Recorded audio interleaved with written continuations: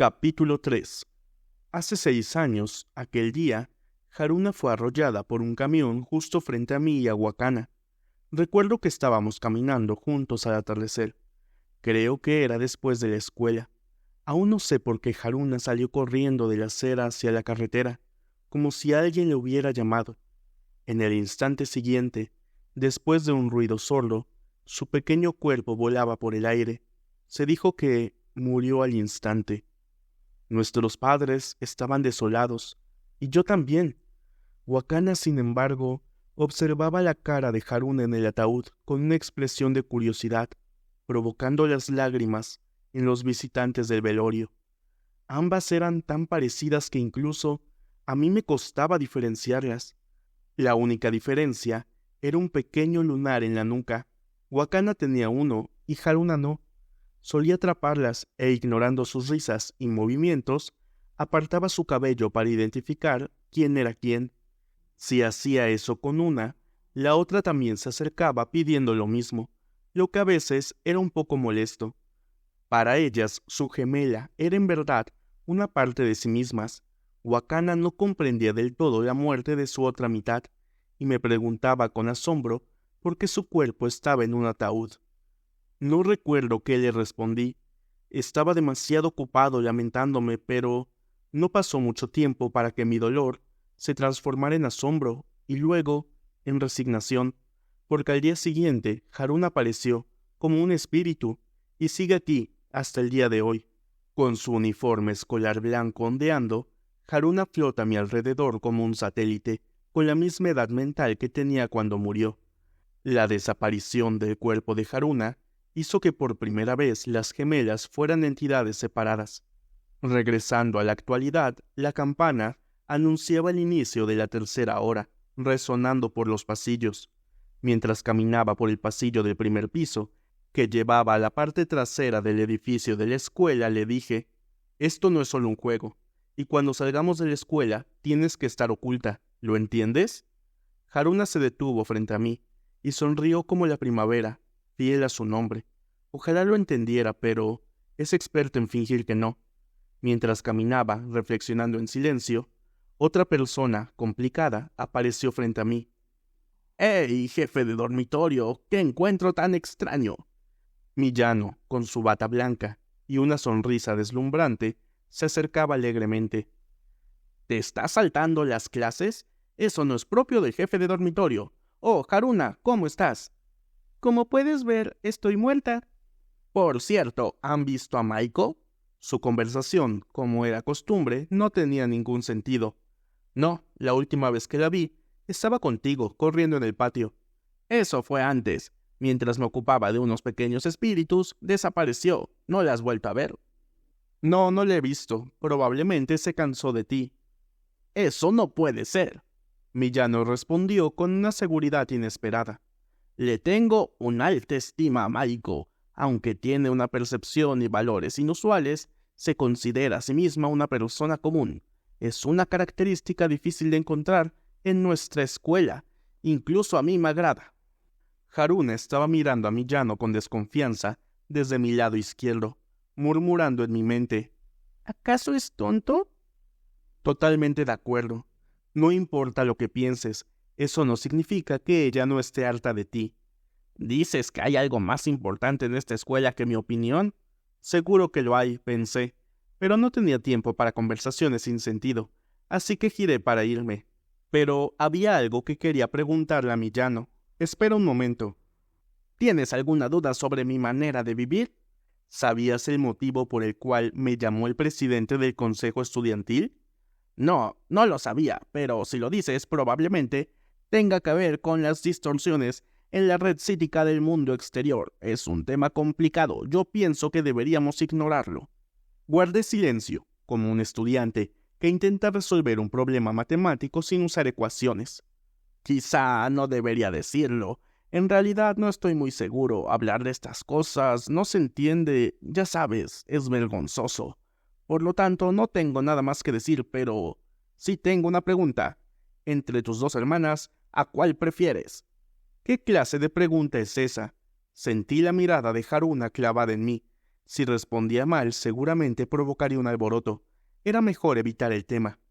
Por cierto, mencionaste que el presidente te dio un mensaje para mí, pero Makoto me dijo que ella fue la que te lo dijo. ¿Cómo estuvo ese asunto? Shimase Makoto lo dijo. Entonces debe de ser cierto. Realmente no hay mucha diferencia. El presidente y ella son casi lo mismo. No hace falta distinguir entre ellos. ¿Ah, sí? Si usaras un tomate en lugar de una manzana para un pastel de manzanas, ¿acaso seguiría siendo un pastel de manzanas? Millano, con un semblante serio, dijo: Entonces, jefe de dormitorio, ¿por qué crees que los espíritus han aumentado su frecuencia últimamente? Para mí, es una oportunidad para demostrar mi fuerza, pero desafortunadamente hay pocos que piensan igual. Maiko, por ejemplo, los encuentra molestos, y parece que el presidente del consejo también está de acuerdo. ¿Tú qué opinas? Yo también los encuentro molestos. Recordé los espíritus que habían estado causando problemas en el dormitorio anoche, y el falso dios de la muerte de antes. Si al menos no aparecieran frente a mí, podría ser más tolerante. Si fueran adorables perros o gatos, sería otra cosa, pero no, son demasiado espeluznantes. Los espíritus nacen del poder mental de individuos específicos. No sabía si estaba escuchando o no, pero Millano le explicó a Haruna, que estaba a mi lado. Se agrupan y forman espíritus. Los que deambulan por la escuela son producto del subconsciente, pero también se pueden crear entidades más elevadas, como lo hago yo o Maiko. Mi grupo busca alcanzar niveles superiores mediante el entrenamiento mental. Así que dime, jefe de dormitorio, ¿te gustaría unirte a nosotros con tus hermanas? Te obsequiaría una copia comentada del libro honorario. No, gracias, Millano. Me ausentaré por un tiempo. Si algo aparece en el dormitorio, tú te encargas. Bueno, no hay problema, pero ten cuidado. Adiós, Haruna. Compórtate. Hasta luego. Haruna siguió con la mirada la figura de Millano mientras se alejaba. Yo también lo hice por un momento, antes de verlo tropezar torpemente por el pasillo. Rió Haruna, con la inocencia de una niña. Yo simplemente me encogí de hombros y me dirigí a la salida. ¿Sabes? Haruna flotaba sobre mi hombro, apoyando su cabeza. No contestaste. ¿Cuál de las dos te agrada más? Me quedé en silencio, como un vampiro, al que le preguntan si prefiere una estaca de madera de pino o de roble. El portón trasero donde el presidente Hibiki había hecho que prepararan un coche estaba al norte del campus, en el extremo más alejado. Los camiones de alimentos, correos y entregas entran por allí y se detienen en la zona de carga, el único camino pavimentado que rodea la escuela de manera excesiva y llega a la entrada de servicio. Para bajar al pueblo desde la puerta principal, hay que recorrer un sendero no pavimentado y sinuoso. Sin una brújula, es casi seguro que te perderás en el bosque. Pasé por la parte trasera del comedor, donde las malas hierbas crecían libremente. Camino al portón trasero. Había un camión de transporte estacionado. No había más vehículos a la vista. Haruna, escóndete. Le recordé una vez más mientras me acercaba a la cabina del camión. El conductor, un hombre corpulento con barba, dormía profundamente en el asiento reclinado. Toqué la ventana suavemente y no se despertó. Golpeé un poco más fuerte, luego con fuerza, hasta que finalmente abrió los ojos. El conductor me recordaba a un Daruma con barba. Al verme bajó la ventana y dijo: ¿Eres tú el que necesita un aventón?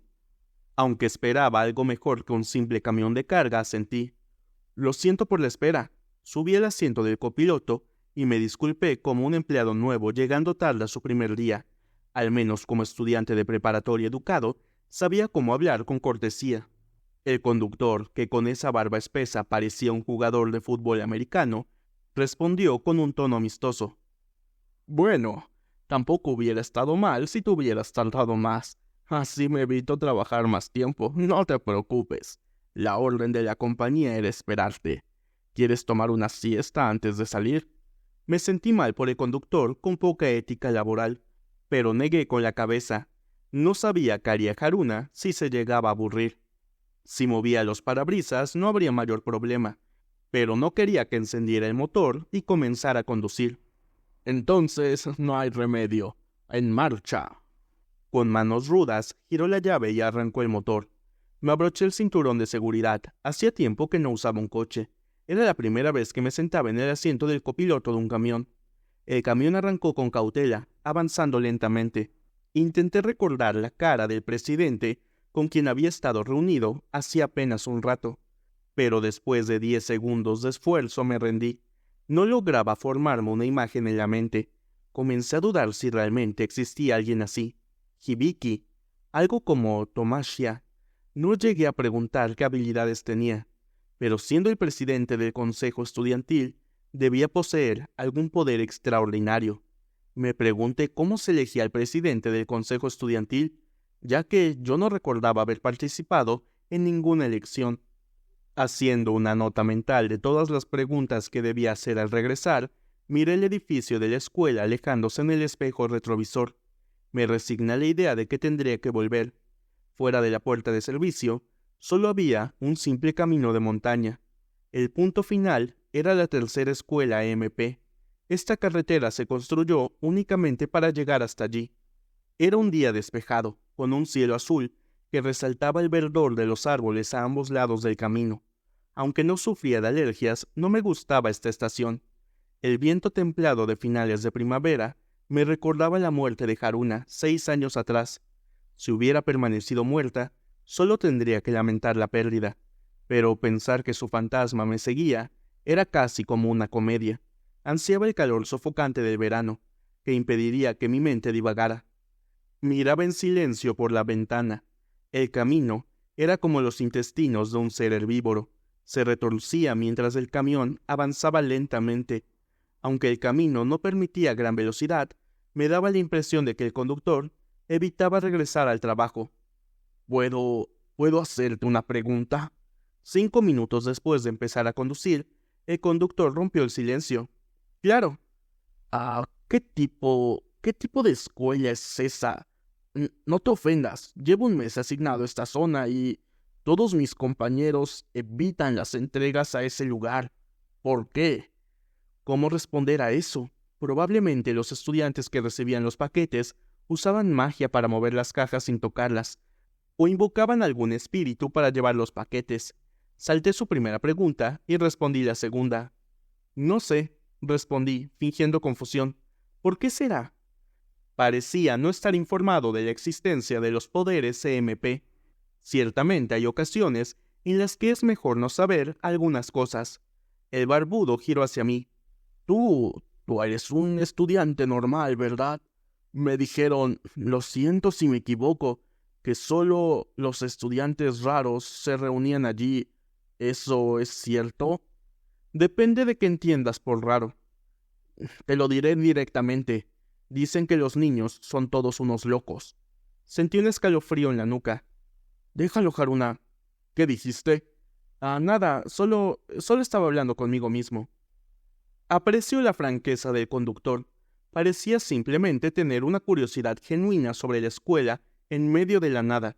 Recordé una conversación durante una reunión de los líderes de los dormitorios. La reunión tuvo lugar en el vestíbulo del dormitorio femenino, mientras comíamos galletas caseras. Makoto, con su sonrisa habitual, bromeaba. Hace poco vinieron algunas personas de una organización de derechos humanos. Parecían muy serios, estaban convencidos de que la escuela reunía estudiantes con discapacidades mentales. No sabían nada de la existencia de las habilidades CMP, así que les leí la mente y les dije lo que pensaban. Se fueron tan pálidos. A veces vienen personas así, con ideas equivocadas. Desearía que solo nos dejaran en paz. Si Makoto no estaba bromeando, esas visitas debieron haber sido desastrosas. Las 3 escuelas CMP no eran organizaciones secretas, pero tampoco se promovían activamente. Solo aquellos con familiares que desarrollaban habilidades CMP conocían la verdad sobre las escuelas. Era natural que el gobierno mantuviese cierta discreción para evitar el pánico social.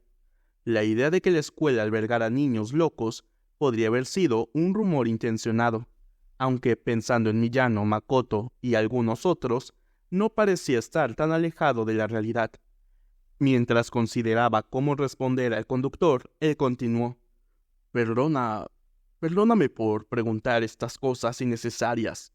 Los estudiantes que he visto parecen normales. Deben tener alguna razón para estar allí, y la verdad no quiero entrometerme de más. El conductor giró bruscamente el volante y el camión comenzó a descender. A través del parabrisas pude ver la ciudad a lo lejos.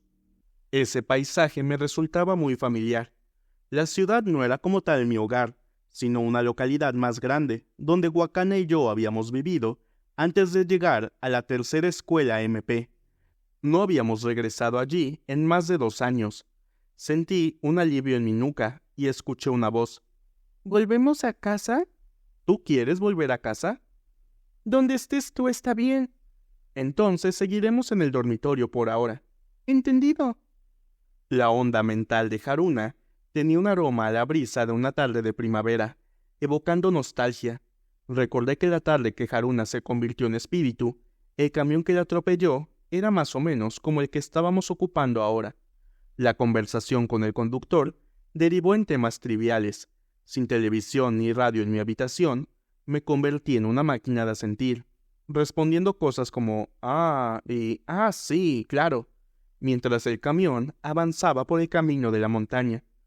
Cuando la vegetación densa finalmente se abrió, sentí que realmente me alejaba de la escuela. Aprovechando la oferta del conductor de llevarme hasta mi destino, me dejé llevar hasta un camino rural cercano.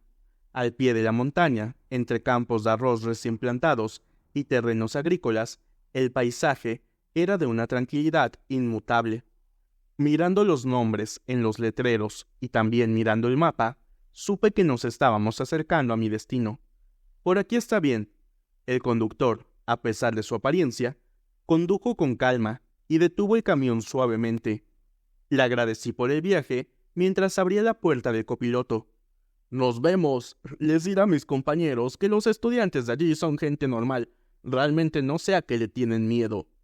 Me alegraba que malinterpretara la situación de una forma positiva, aunque eventualmente se daría cuenta de su error.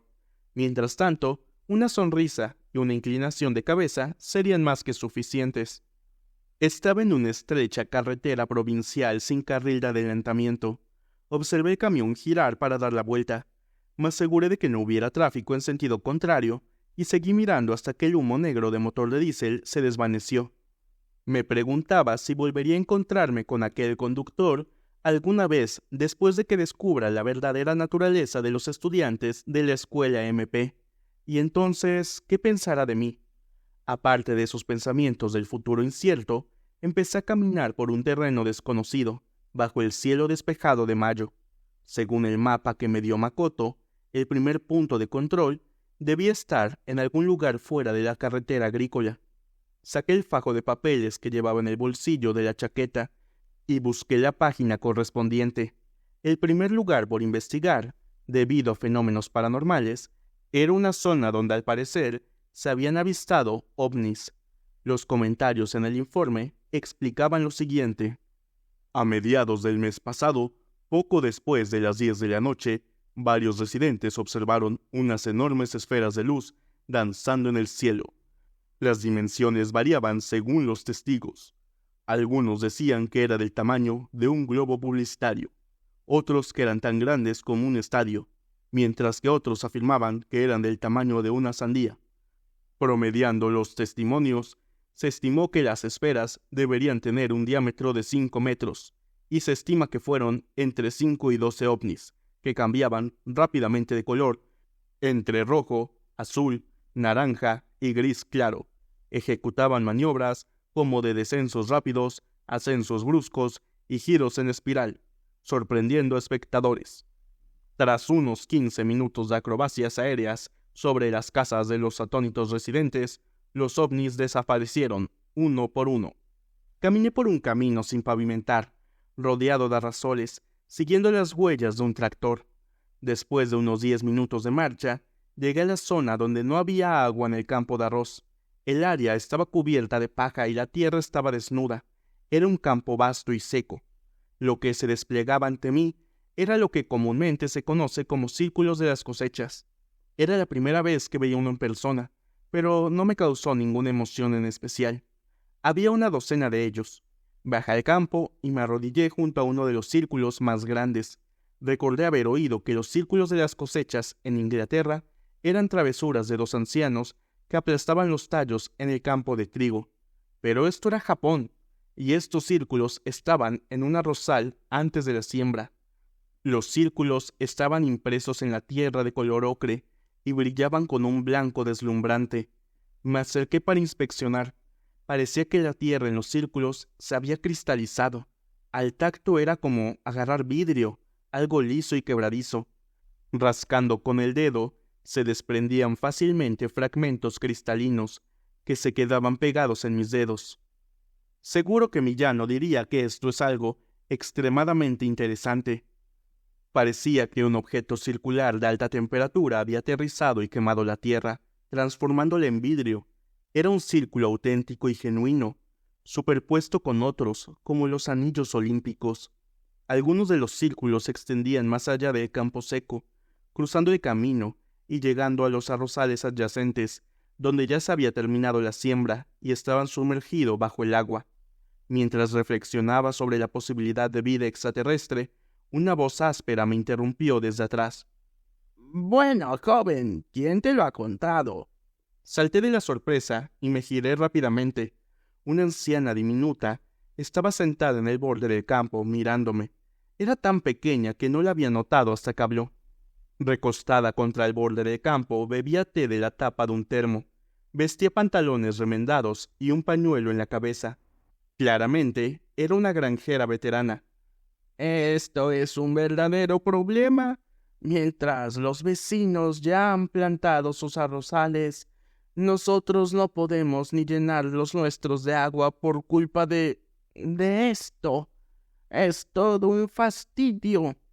La anciana, con la piel arrugada y bronceada, se acercó tambaleándose como un cangrejo con lumbago. Antes de que pudiera decir nada, ella continuó. Mi hijo. Y dice que esto podría ser la gran cosa y no me deja llenar el arrozal con agua. Yo le digo que lo haramos y que plantemos una vez. Ay, pero él sigue diciendo esas cosas sobre los ovnis. Y aquí estamos, sin poder plantar.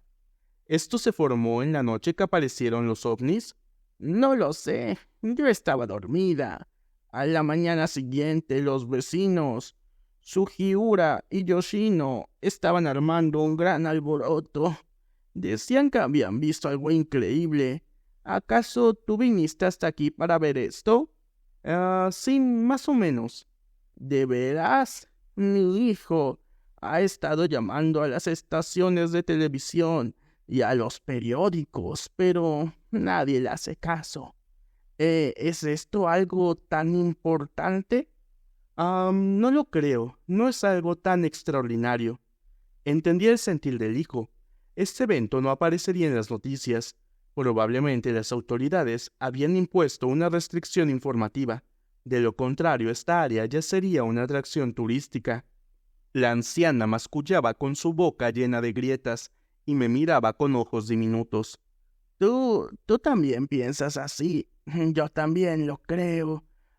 Pero ese tonto de mi hijo solo anda perdiendo el tiempo en lugar de ayudar a los vecinos con la siembra.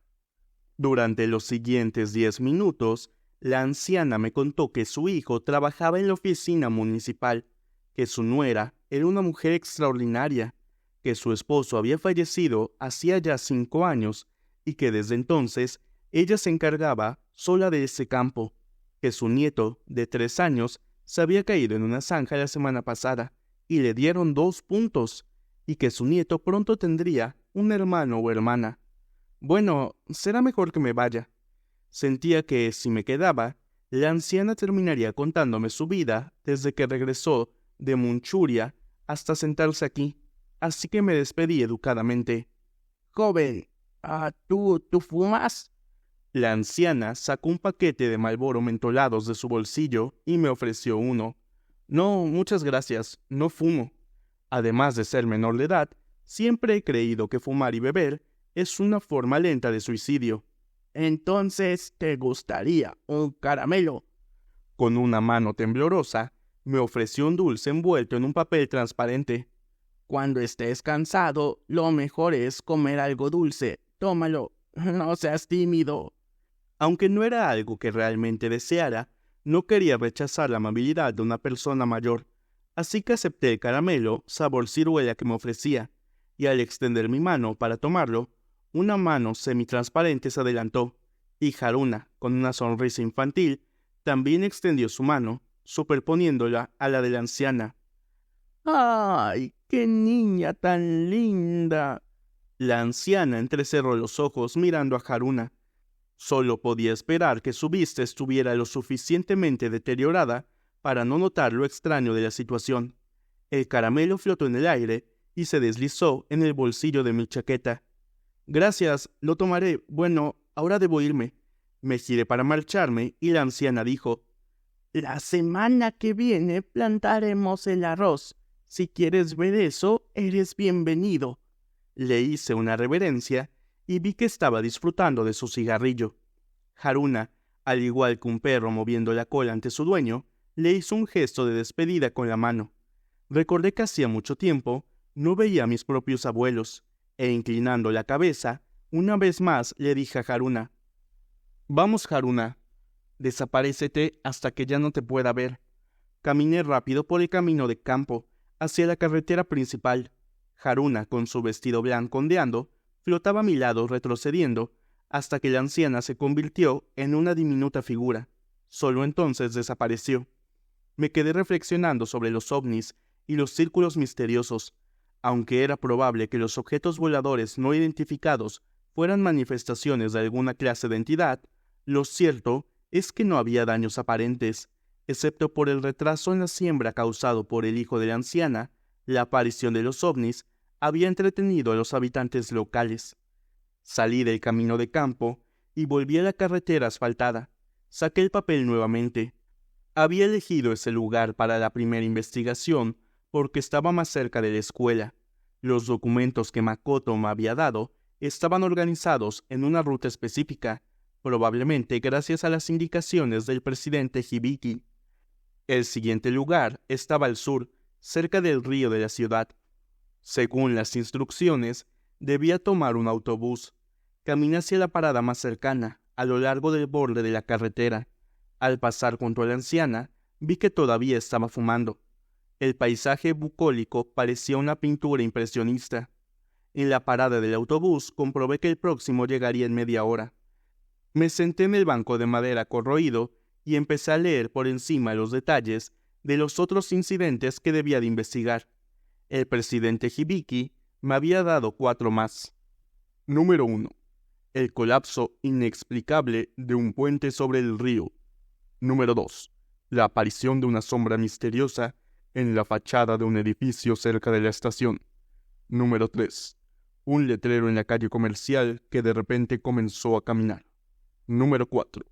Una araña gigante que supuestamente había tejido una telaraña en medio de un cruce. Lo del letrero que camina me intrigó hasta que leí los detalles. Se trataba de un restaurante de cangrejos famoso en todo el país, conocido por su gran modelo de cangrejo decorativo en la fachada. Al parecer ese cangrejo había decidido dar un paseo por la ciudad. Me parecía más una travesura de alguien como Miyano, aunque eso estaba descartado porque Makoto había dicho que no había culpables en la escuela. No había gente en la carretera, ni muchos coches pasando.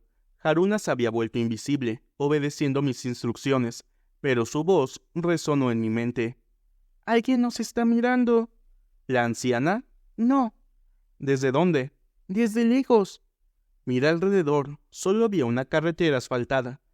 Campos, montañas verdes, algunas casas y unas pocas personas trabajando en los campos. Nadie parecía estar mirando. Desde allí. Una mano blanca y etérea apareció frente a mí, señalando hacia la ladera de la montaña. Me esforcé por ver algo a través del follaje verde y amarillo, y vi un destello de color, algo del tamaño de una semilla de sésamo, que desapareció rápidamente entre los árboles. Intenté enfocar, pero no volví a ver nada más. Se ha ido. No era que la persona que nos observaba se hubiera desvanecido, sino que había desviado su atención a otro lado. Parece que me están vigilando. Preguntarme quién Era innecesario. Seguramente era alguien del equipo de seguridad del presidente, asegurándose de que no nos desviáramos. Pero, ¿por qué tanto esfuerzo para hacerme investigar estos incidentes de ovnis y estos fenómenos extraños? Bueno, no importa. Preguntaré cuando vuelva. Mientras tanto, intentaré disfrutar del mundo normal. Murmuré para mí mismo, y superpuse mi mano a la de Haruna, que estaba jugando sola, piedra, papel o tijera. Deja de hacer eso. Si alguien te ve, se va a asustar. En ese momento, el autobús llegó.